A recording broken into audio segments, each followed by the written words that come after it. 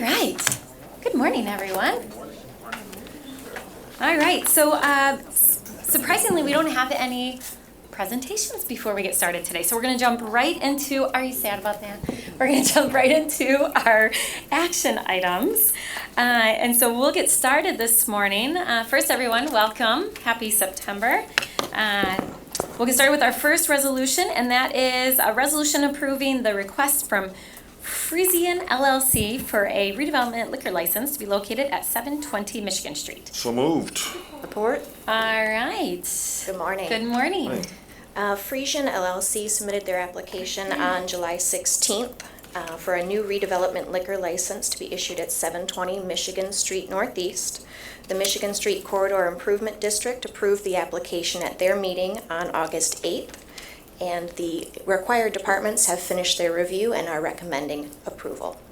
All right. So commissioners, any questions or comments about that? Well, they're excited about coming into town. They're totally developing the property and putting a lot of work into it. So we were excited about supporting it at the Michigan City. Nice. Great. And the menu is going to consist of, oh, did you want to know that by chance? I'll just give you a little hint. Apparently they're going to focus on Dutch food, or food from, yeah. So, there you nice. go. Why it's free. All right. Yeah. All right. Perfect. All right. I'll call the question. All those in favor say aye. Aye. Those opposed? It carries. All right. Next, that will take us to a resolution awarding a contract with abatement and demolition services for the city-county HVAC abatement. You skip. Right? No. No. Oh, I'm on the wrong one. Sorry, I jumped up to community development. See, we can all do We that. did I that. know. That's what happens when I have two agendas in front of me. I'm going to put this one away and stick to mine.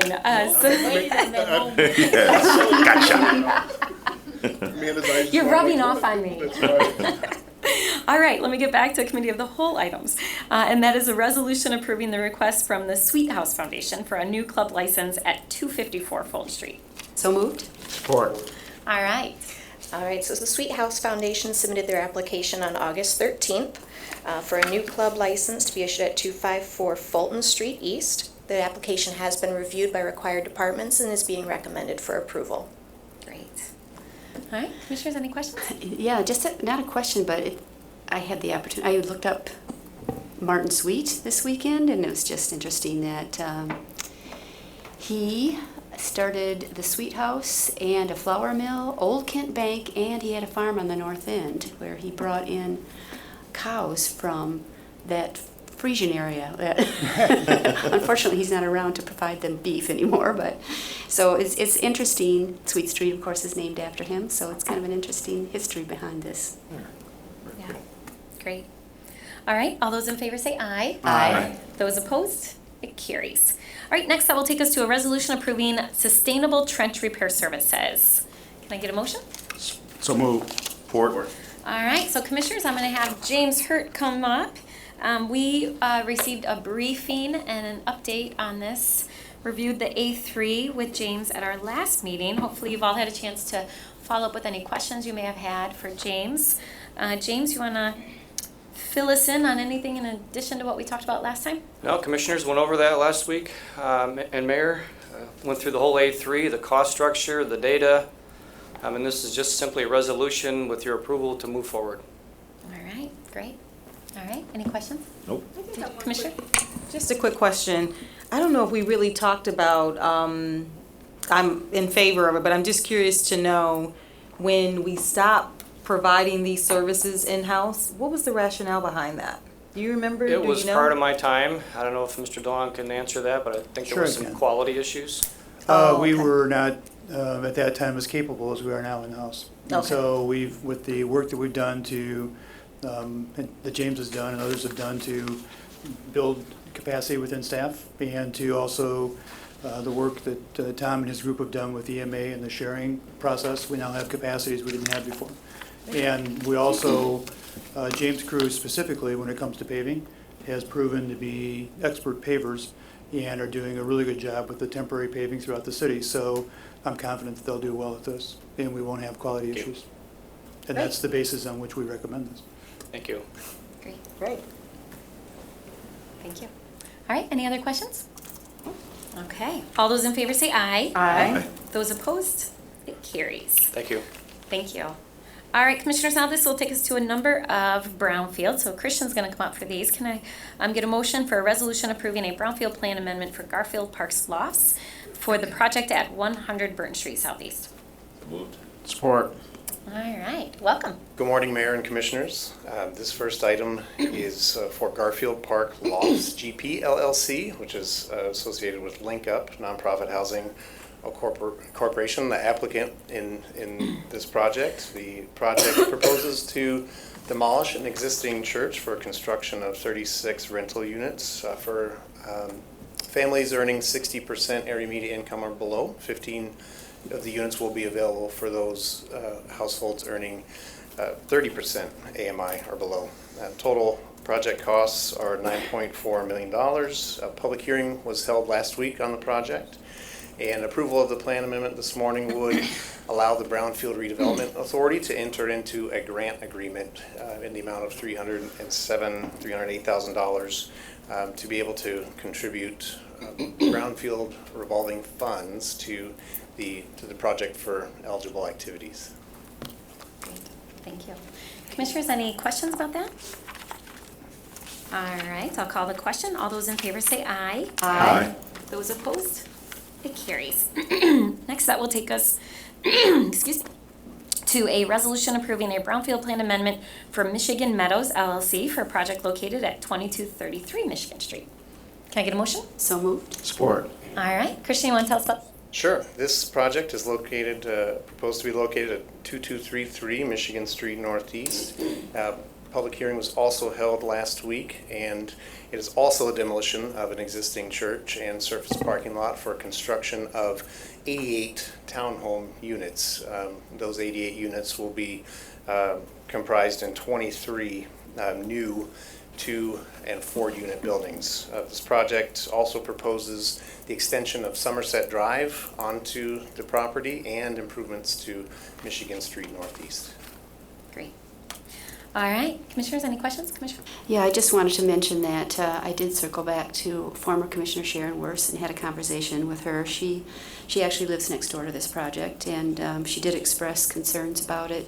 There are a lot of issues around water in that neighborhood.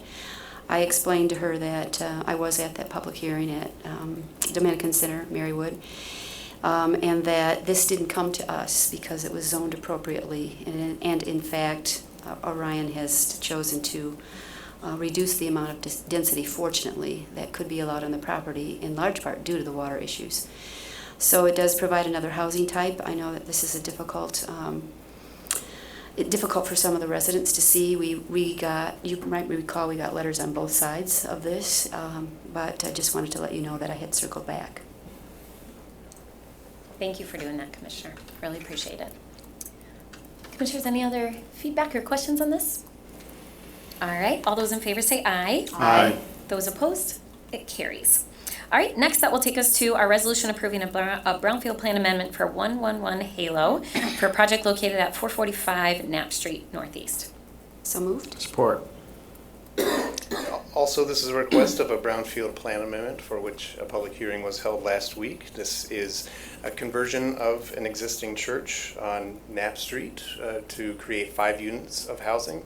In addition, there will be 9 units created next door on the property in an existing surface parking lot.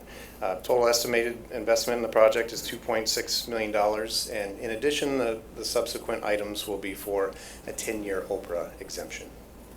Great, which we have next.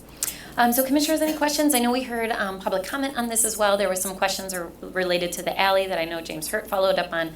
Commissioner? Yeah, I was just going to thank James Hurt and Tom Almonte for following up on that. I had heard from one resident myself about trash and had a long conversation in around the alley and plowing, which we will continue to do. So, like the Michigan Meadows project, we got back with both of those. Yeah. So, any questions? Yeah, thanks. I'll add my thanks to staff who followed up on that quickly, knowing that it would be back on our agenda this week. So Tom and James, thank you. All right, other questions or comments? Okay, all those in favor say aye. Aye. Those opposed? It carries. And it was noted last week, but this is our third church It was. on our agenda. So we had 3 public hearings for churches that are being rehabbed, and Yeah. this is the third one. So the next are related to the Oprah. Item number 7 is a resolution establishing an obsolete property rehabilitation district for 111 Halo at 445 Knapp Street. So moved. Support?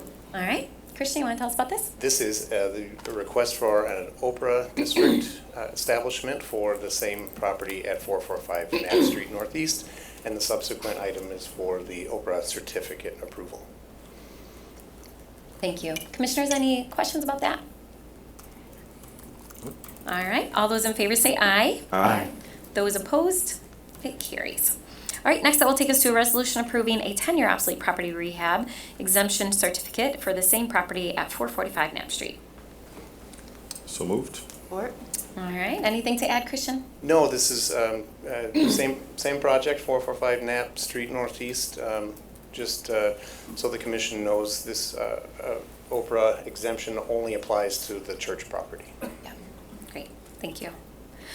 So I'll just add a comment that it's nice to see 3 infill housing projects before us, knowing that there's a significant need for housing in 3 different neighborhoods in our city. So Yes. Yeah. with that, I'll call the question. All those in favor say aye. Aye. Those opposed, it carries. All right, Commissioners, next you. that will take us, thank you, Christian. That will take us to consideration of creating a rental assistance center in partnership with our Grand Rapids Housing Commission. Can I get a motion? So moved. Support?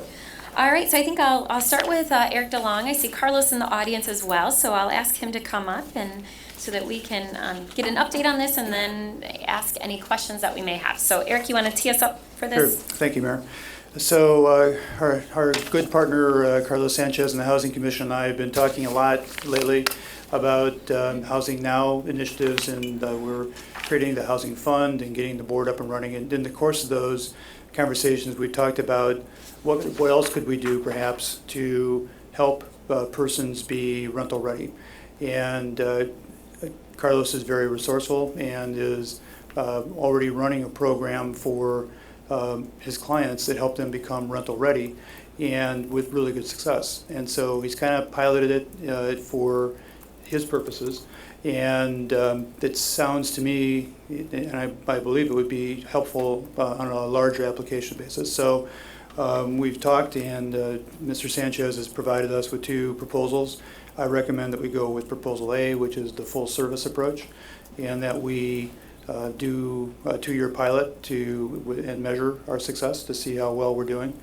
And the idea would be to help people who are applying for rental housing improve their credit or resolve issues with credit, and also other issues that they may have. And eventually we may be able to work into a rental readiness certificate, which Mr. Sanchez has already done for his clients, which may be eligible or may be applicable to a broader market. So I think it has lots of promise, and I believe it's worth investing in to see what we can do. And my recommendation is we proceed with proposal A for $91,800 per year. Okay, great. So a couple points, Commissioners, and I'll open it up for questions. Well, actually, I'll let Carlos start first. Well, we started this with City Manager Greg Sundstrom. He was exploring different ways and had met with different organizations on how to do this. And then Eric and I met with some of my staff, and I showed him our tenant portal and our landlord portal that we had set up, how we take applications online and how we process it. So the mechanism for doing this is already in place for us. We just have to be able to market it a little bit through the city and through the Housing Commission. And we're going to target people making 80% of the median income or lower. And the idea is that if we process about 1,000 applications, we assume maybe 25% of them or 250 of them are going to start showing us different impediments why they're not able to get accepted into rental. And currently a lot of the landlords are not telling them exactly why they're being rejected, but even if they told them why they're being rejected, they have no ability to go someplace to see how they can improve things like if their credit was stolen or credit repair or any of those kind of things. And we currently have partners that we have been providing those services to our clients, and we would be able to expand that. So this basically will pay for the staff person, will process the applications and do the referrals to the various entities that we already have partnership with. The city funds a lot of these agencies to provide various services, so those services are out there. And also on our landlord portal, we have over 800 landlords that are participating, and that helps them find out the status of their payments and those kind of things. So we might be able to tap into those folks to see that they would accept the rental assistant application and not charge people for another application fee. So it helps a lot of folks that are getting tapped with that. The other thing is that we're finding it, even with our Section 8 vouchers, the affordable housing crisis is really at a real high pitch right now. We were not even with the vouchers, they were having difficulty, one, with the application process, and two, not being able to find affordable housing. So out of 100 units, we were getting maybe 15 closings, or 15 people finally utilizing it. So we decided to go through that whole waiting list and started having orientation. We have 1,000 voucher holders out there looking for rental, and they're having a difficult time finding it. And then in November, we plan on opening our waiting list again. So there's a lot of activity around this, and hopefully this will help some of those that are experiencing different impediments. And the other thing, that once we start actually getting these applications and finding out what the impediments are, we'll have a better, clearer picture. Right now, you're getting a lot of anecdotal about, how they're being overcharged and those kind of things. We'll be able to see what else is impeding them, if their security deposit's a problem, or any other income issues are a problem. We're going to work with Michigan Works and others to maybe some of those folks can tap into those resources as well. Carlos, in follow-up to that, two questions. In regards to vouchers, where are we with having the availability of vouchers to support some of our low-income housing projects, knowing that could have a significant impact on scoring and putting us in a competitive place at the state level to get those LIHTC projects? Unfortunately, HUD came up with a regulation that says I can't give a letter to a developer ahead of the competitive process anymore, so they can't get those points anymore like they used to, unless we do the competitive process and then award it to them so they can go in for the tax credit. So we kind of missed that cycle. So we're looking at how do we comply with the HUD rules and regulation and help our nonprofits in the future. And we did get some additional vouchers awarded to us, so and we're trying to hire a director of asset management to help be able to look at that in the future and do some requests for proposals and try to expand that. We can add more units now that we got the additional vouchers. And we see it as a benefit to the community because even with the voucher, unless it's project-based, that's one of the ways that we can add affordable housing. So we're looking at that real strongly. Okay, I just want to, be nice to have a solution for that because those LIHTC projects are They're coming very, to me very all the time. competitive.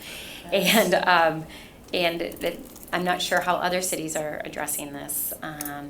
No, they're not at all. Yeah. Mishta is the only one that has handed out vouchers.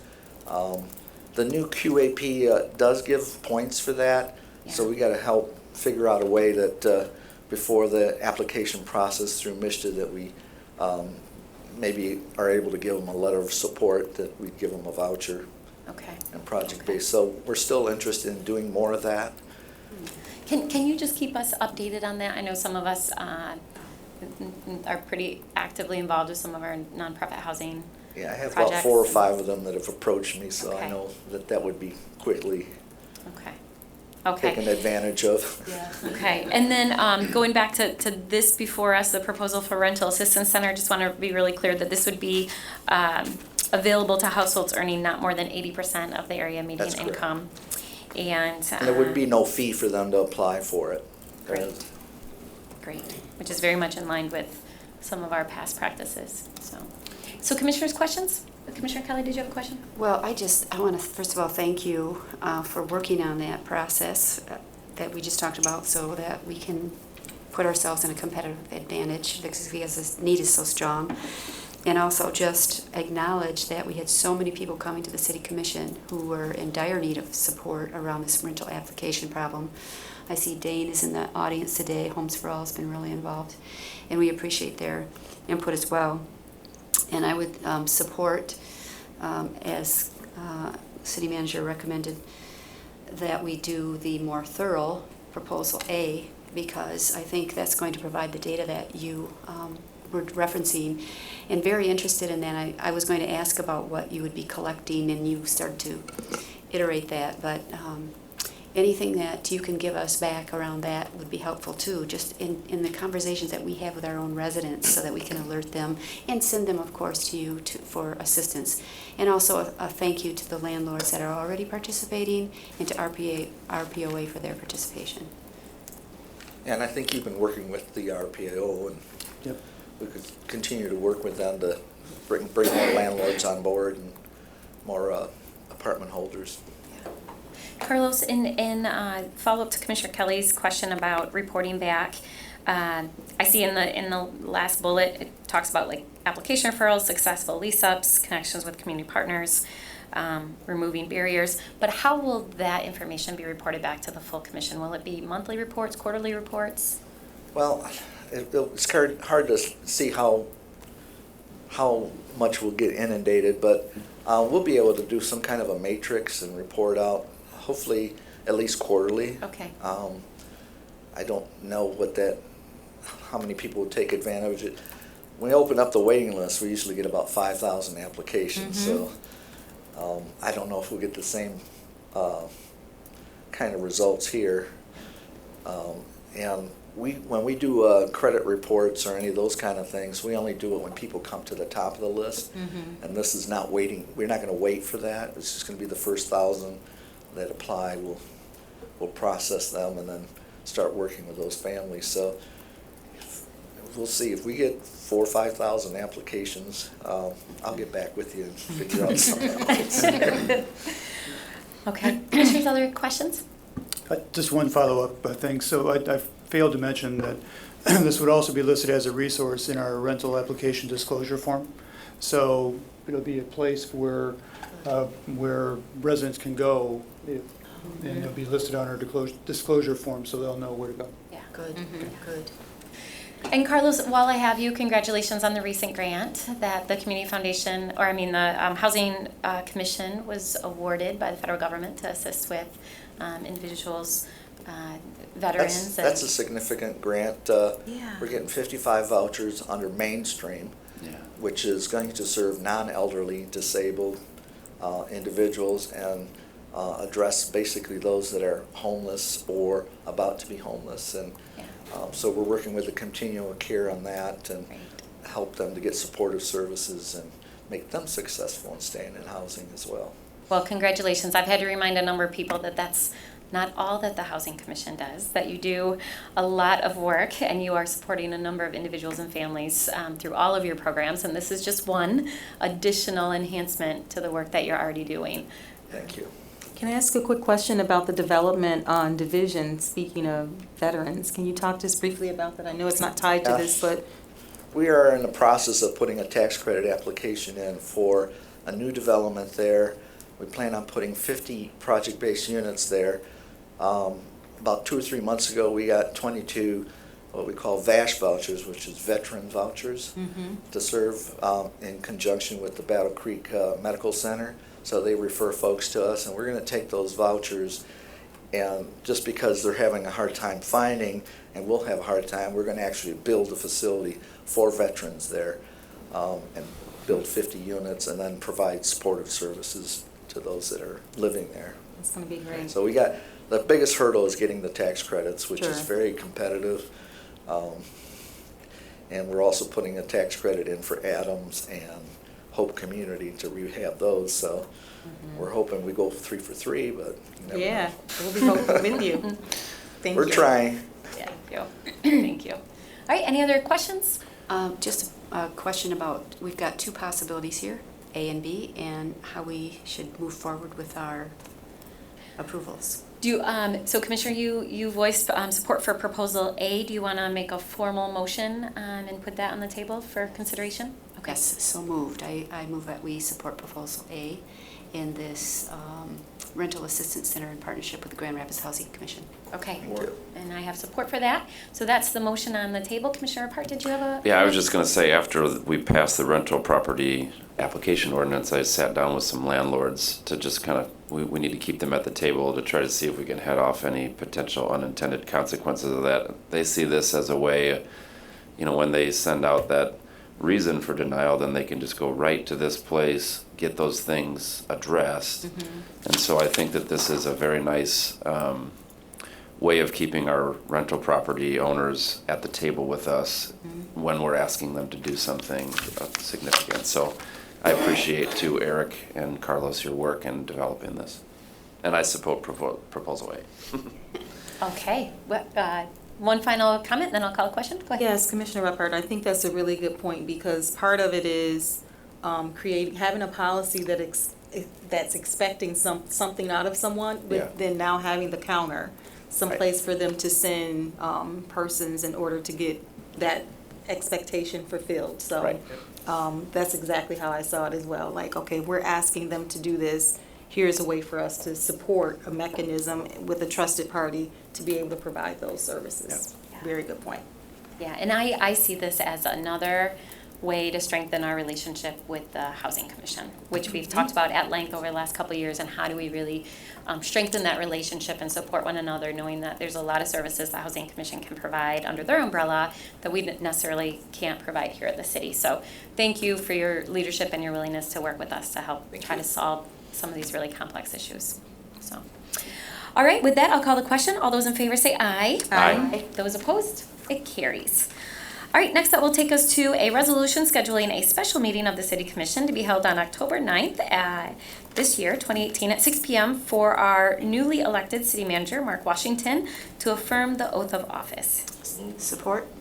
All right, so Commissioners, Mr. Washington actually will start with us officially October 1st. His contract has already been signed and submitted, and everything is in place. So he will be moving here in just about 10 days. But this will be the more formal oath of office that will be taken before our commission meeting on October 9th. So any questions about that? Hopefully all of you can attend. The press release went out this morning inviting the community. We would love to have the community join us in welcoming Mr. Washington to our city and being a part of that ceremony, as well as just having some time to meet with him. So any questions, comments?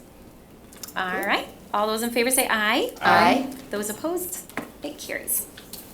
All right, and last, that'll take us to a resolution scheduling a work session of the City Commission to be held on October 9th from 1:30 to 4 here in our chambers for the purpose of discussing the medical marijuana and other potential topics. Can I get a motion? Support? All right, is Suzanne here? You want to come forward? I can tee us up for this, and then I'll see if there's any questions of the commission. So commissioners, a couple things. We were supposed to meet today for a work session, and as you can see, bless you, Commissioner O'Connor is not among us. This is a very important topic, so not only because we are missing a colleague, but also wanting to be sure that our new city manager can be a part of this conversation in this work session, knowing that under his leadership we'll be moving forward with this process. We decided to make the recommendation, the formal recommendation, to move back the work session from today to October 9th. So that is what's before us today.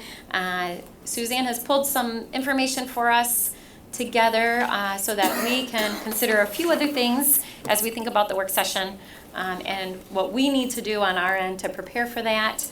But first, I will ask for support for the resolution to cancel today's work session and to have it scheduled for October 9th at 1:30 to 4 in this space. So moved. Support. All right, so I'm gonna just call the question on that because that's a pretty straightforward request. So all those in favor say aye. Aye. Those opposed, it carries. And that will, our city clerk will make sure that that is posted appropriately.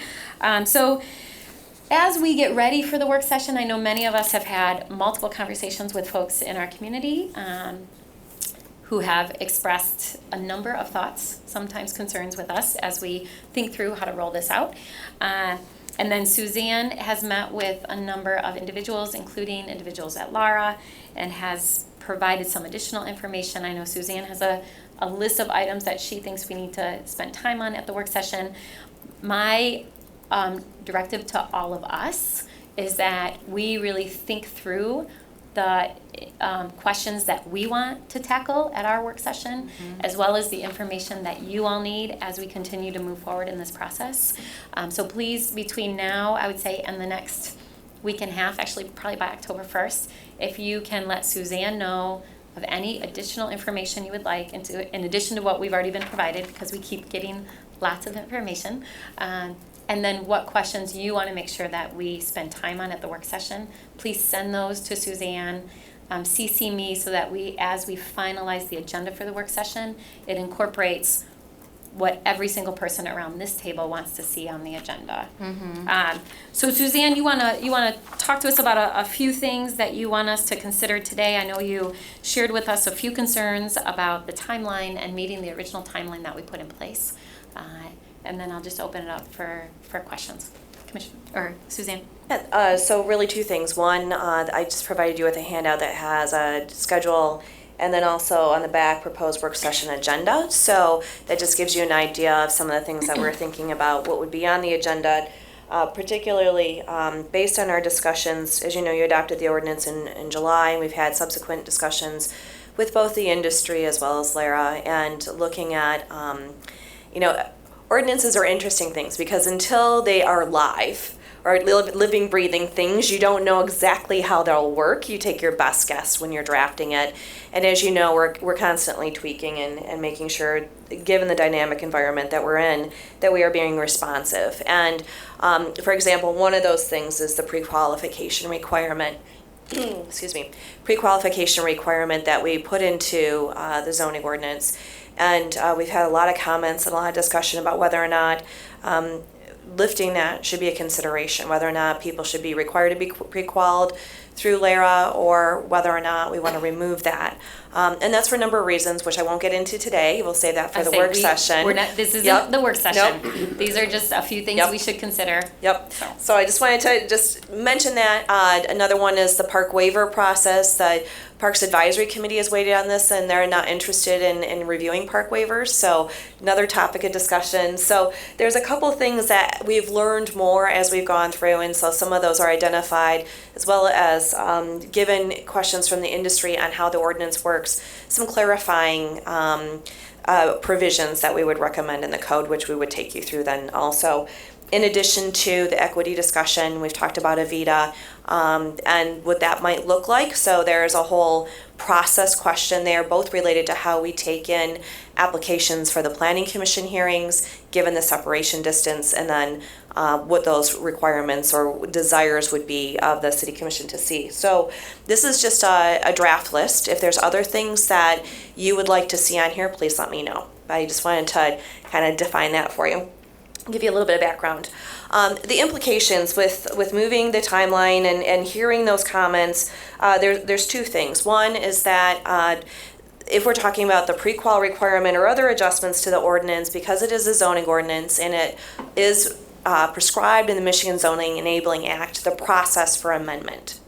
If we follow that process for amendment, it must go to the Planning Commission first before it comes to the City Commission.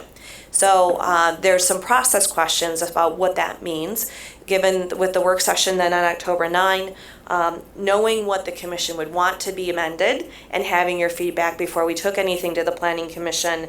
There's a series of questions that kind of start to unfold as we're looking at what that means. You set the effective date as November 1. when we adopted the ordinance in July.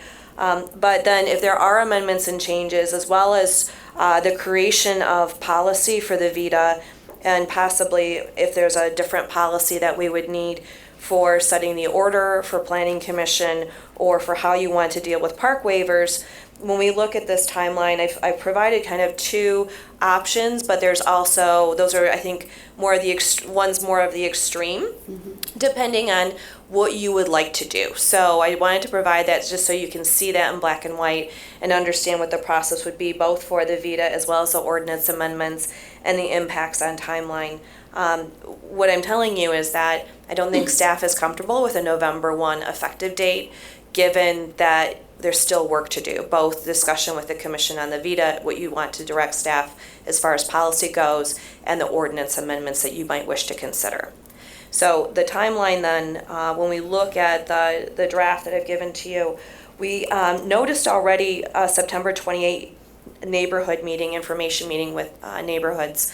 We thought then that we would have the work session and be able to update them, but instead what we'd like to do is change that to a discussion about the Good Neighbor Plan and expectations that they might have for what should be in a Good Neighbor Plan, really setting the context for the industry to understand how they work with neighbors, what the conversation should be, what the expectations should be from the community and working with the industry. And so we're going to hold that meeting at the end of this month. You have your work session identified here as October 9. And then for the VITA, I'm yes. sorry, can I just, so, and I think all of us have this in front of us. So you'll be able to bring back to the commission at our work session the information from the neighborhood meeting on the 28th, correct? Yes, we can definitely do that. Yep, I can add that. So commissioners, let me just put it out there. And I don't know, Suzanne, if we necessarily need to walk through each of these options today, because and let me just open it up for discussion. I think that can be a conversation at our work session on the 9th, like what process we want to put in place based on our conversations and some of the decisions made at the work session. So I want to be careful to be mindful that we still need to work through a lot of that as a body.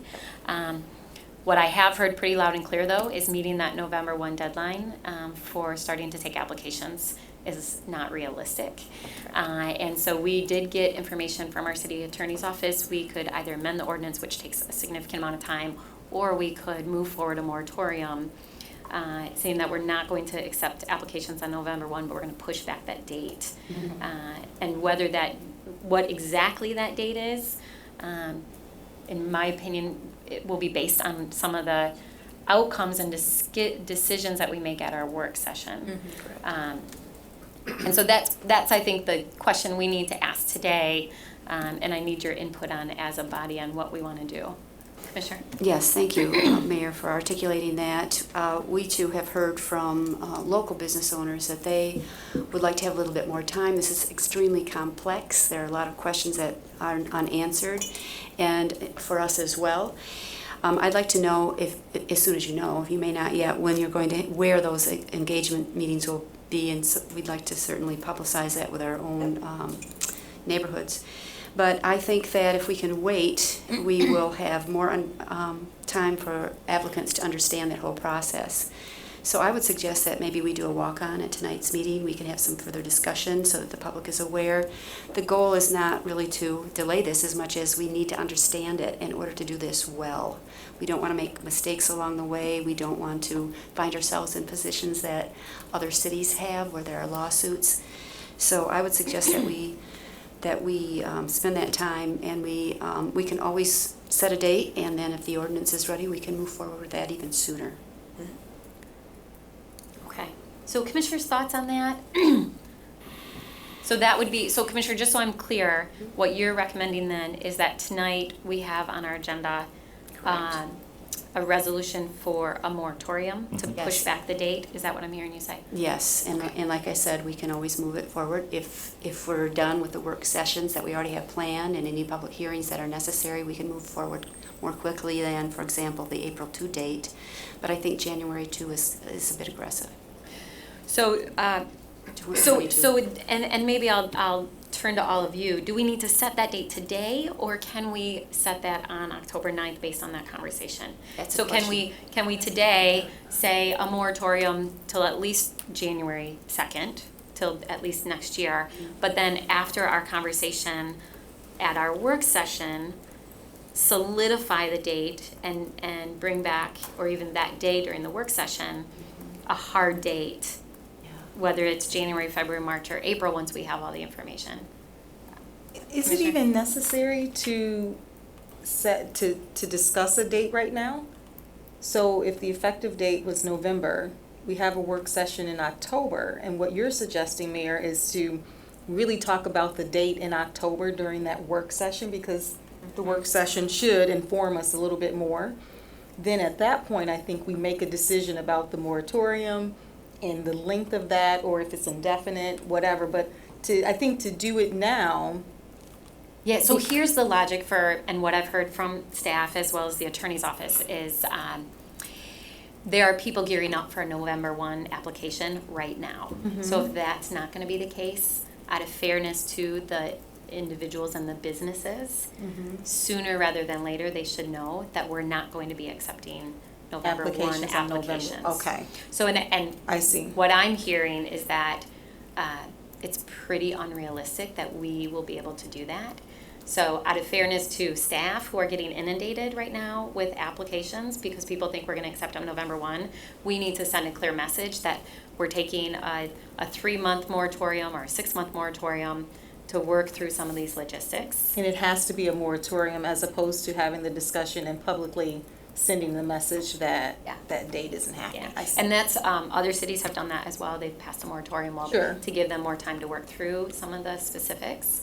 And And maybe I'll Mayor- have the city attorney Yeah, jump in. Mayor, our office is prepared to prepare a moratorium document that would be flexible enough to accommodate both these timelines, but then also provide an opportunity if it were to go faster. So it'd be kind of a whichever occurs first type thing, 6 months, or if when the ordinance amendment works its way through the system, which, as Suzanne mentioned, it has to go through the planning commission, so that always builds in extra time because there has to notices have to go out, things like that. So, but I think we can craft some language that we could bring back to you tonight that would accommodate both of those things. It would be a 6 month at the outer end, but it could come back to you sooner if the ordinance is ready. Okay. So. Eric, did you want to weigh in, and then maybe I'll ask Commissioner Kelly to clarify her motion to see if you want to put it in. I was just going to amplify what Tom said, acting attorney. Actually, he's an attorney all the time, so full-time attorney. But anyway, that the date, we set the date by ordinance, and so if we don't officially change the date in some way, then that effective date will prevail. And so that's why we have to take action today. And so that's another reason why it's important to act. Which, if we went the route to amend the ordinance, we'd have to go through the entire process again, including planning commission and public hearing, and we, at this point, wouldn't even meet the deadline for November 1. And then, so with the moratorium, is it required that the moratorium have a end date? So 6 months, 3 months, or can it be Yes, we indefinite recommend so that that in October we can determine what the right length of time is? Like, I guess I'm looking at it and I'm thinking, So maybe that's how not- many conversations are we going to have about when we're going to have the conversation? Yeah.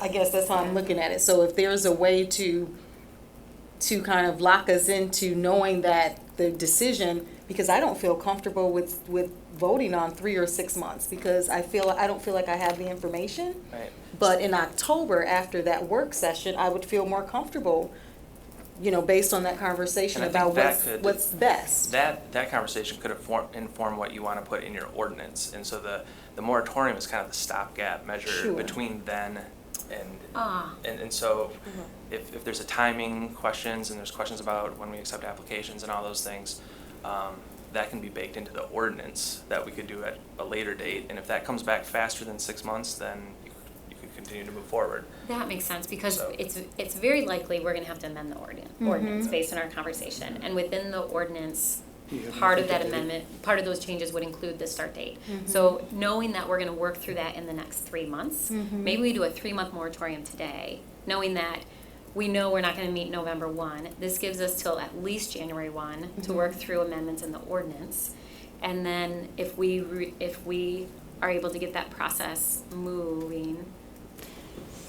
What, yeah, Yeah, we're going through the holidays, so I just want to recognize that. And if we're going to make amendments, it's still got to go through the planning commission. So I don't know if 3 months is enough. I like the idea of 6 months, not that I want to go 6 months, but because it gives us the flexibility. And then if the ordinance comes back, as Attorney Forshee says, then we can move sooner. And he will have a better idea after our workshop. I mean, this is complicated to even understand how to do that, but my sense is, from what I'm hearing from the attorney's office, is that we ought to give that flexibility. And maybe Suzanne, you can weigh in on this too. I would recommend 6 months for the reason being that the two options in the timeline I gave you, one anticipates community engagement. And if the expectation is the very top, the ordinance amendments, the neighborhood information meetings and corridor SID meetings could occur in November.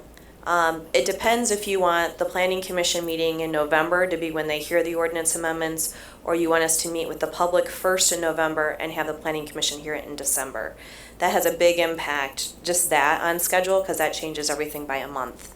And so the 6 months, if you push that out to, if you wanted more community engagement, it wouldn't come to you for the first reading until January 8th. So that's just the impact of looking at that and what your expectation is for engagement. If you're comfortable not having the community information meetings with the public before the planning commission public hearing, we can do that concurrently while it's going through the process, anticipating that you'll get more comment during, if you wanted to have a public hearing at city commission level. But again, that's where that cascading effect happens with schedule based on if you want public hearings or not, both at the city commission and the kind of dialogue you want us to have with the community. So Commissioner Kelly, do you want to amend your motion, make it clear that you're recommending a 6-month moratorium? Yes. April 2nd, is that the date? Well, it'd be 6 months from November 1. It would expire before then, but we would by then already be going through the city commission process and know what the revised date would be. So Actually, I don't we think would be a fine. motion's necessary. We can just bring an item to the night meeting Yeah. before. I just need to know if there's support Sure. for Yes, that. yeah, there So- is. There is. I think this is so complicated, and we have a lot to ask about, even that process that Suzanne outlined, that I'm not prepared even to talk about today. But I'd like to have more time to think about that and talk about it at our October work session. Okay, so do I have support for the motion for 6-month moratorium? Is there support for that? Yes. So the motion, There's no more There's no motion, because. oh, I see, okay, Yeah. well then Does let me just everybody- open it up. Does everybody like that idea? Yeah. Can I get, I'm not seeing any head nods or anything from Commissioner Part, Moody, or Commissioner Jones. So can I hear a little bit of input from the three of you so I know where the mind of this body is, so that we know what to bring back formally tonight to make a motion on? Mayor, So- before you go to them, can I please get my question answered about whether we have to have a specific date to end the moratorium? Or could it be indefinite, so it doesn't lock us into 3, it doesn't lock us into 6, it just locks us in to going through the process to determine what's the best timeline? It's highly which- recommended to have a start and an It end date for a require- moratorium. I believe it is, yes. The moratoriums that, That face. any moratorium that's ever been upheld has had a fixed end date. Just postponing something indefinitely when you have an active It ordinance. wouldn't be that's- indefinite, it would be until we have more information, which will take place in October. And this'll accommodate that, because you'll have the 6 months or whenever an ordinance comes back to you, whichever occurs first. I think you're missing my point, Tom. So I don't think anyone in this room right now knows for sure if 6 months will be enough, if 3 months will be enough. And I think on October 9th, we will probably know a little bit more. And on October 9th, we can make an informed decision, because right now, any decision that I make today is just on a whim. And I don't do well with making decisions that way. So if we can say indefinitely, and then on October 9th, make a formal decision about how long we truly need based on the work that will be done between now and then, that makes me feel a little bit more comfortable than just taking a guess. We've been guessing with this marijuana since the beginning, and it just doesn't feel right for me. I understand that. I'm just coming from the legal perspective.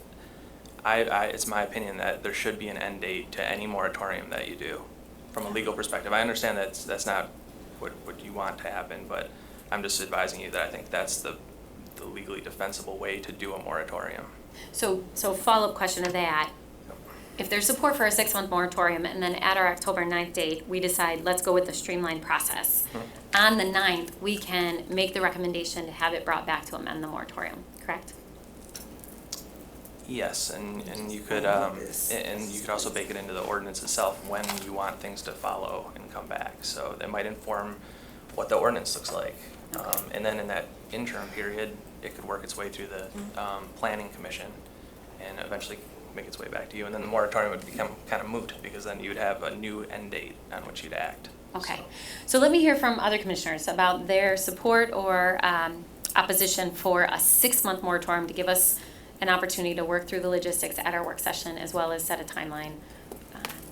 Commissioner Jones? Sure. I do support a moratorium. I'm okay with the 6 months. And to go back originally to the remarks made by my colleague, Commissioner Kelly, we have talked to several individuals and groups within community who have a desire, who are making every effort to position themselves to apply for a license and to engage in this business. And they have made it perfectly clear that it's moving pretty fast. There's a lot of complexity to it, and I know that there are others in our community who are probably much more experienced and have the wherewithal to maybe have everything done by November. But in an effort, I think, for us to give the best possible opportunity for local ownership, that is why I'm in favor of pushing back and having a moratorium, because we've heard it, again, loud and clear from the groups that we've talked to throughout the city. And they're just, they were elated when they heard that there's the potential of having the deadline pushed back, because they were, again, very nervous about the November 1st deadline and having applications in by then, and wanting to make sure that all their T's are crossed and their I's are dotted. So, yeah, I'm in favor. Okay, thank you. Yep. Commissioner Park and Commissioner Moody, just to get a sense of where you are, whether we need to have this come back tonight. Yeah, my main concern is that my colleague John can be a part of any discussion that we have about amending the ordinance and setting the timeline. So if whatever allows him to be a part of those two decisions, that's what I'm in favor of. So I think that the moratorium would accomplish that, but I like there to be flexibility in it in case we can do it in 3 as opposed to 6. And it sounds like the language specifically saying Whichever occurs 6 months first. or when the ordinance is in place and finalized, whichever comes first, provides that flexibility. That's exactly right. So, Commissioner Moody? Madam Mayor, I concur with my colleague Commissioner Lanier. I am still studying this and working on this, and from a personal standpoint, I need a little bit more time myself. And I too have been in conversations with a number of people in the community who fully and don't truly understand all of the complex situations that's going to occur with this. Okay, so what I'm hearing, we can have additional conversation about this tonight, but let's go ahead and draft a resolution to walk on for a moratorium for 6 months or when the ordinance is passed, whichever comes first. Okay. Knowing that potentially we could amend that when we get together after our October 9th work session. But this will at least give us some time in place, and also let individuals know who are contacting our planning department that the November 1 date is not going to be met. Or I should say that we will not be accepting applications as of November 1. Yes. So making sure that that's really clear to individuals interested in receiving a license. And that will be very helpful for us. Okay. Thank you. Okay. So commissioners, that is what we'll do then. We'll bring that back tonight. We can, as I said, we can have additional conversation about it and then cast a vote tonight. Reminder about tonight, it is our commission night out. So we will be over in the 2nd Ward, over in my neck of the woods by the Dominican Center, Marywood. They're on Fulton Street. So at 6 p.m., our City staff are going to be out and about for a community open house. There will be lots of information about city services. And then our meeting officially starts at 7 p.m. tonight. So with that, we'll be adjourned.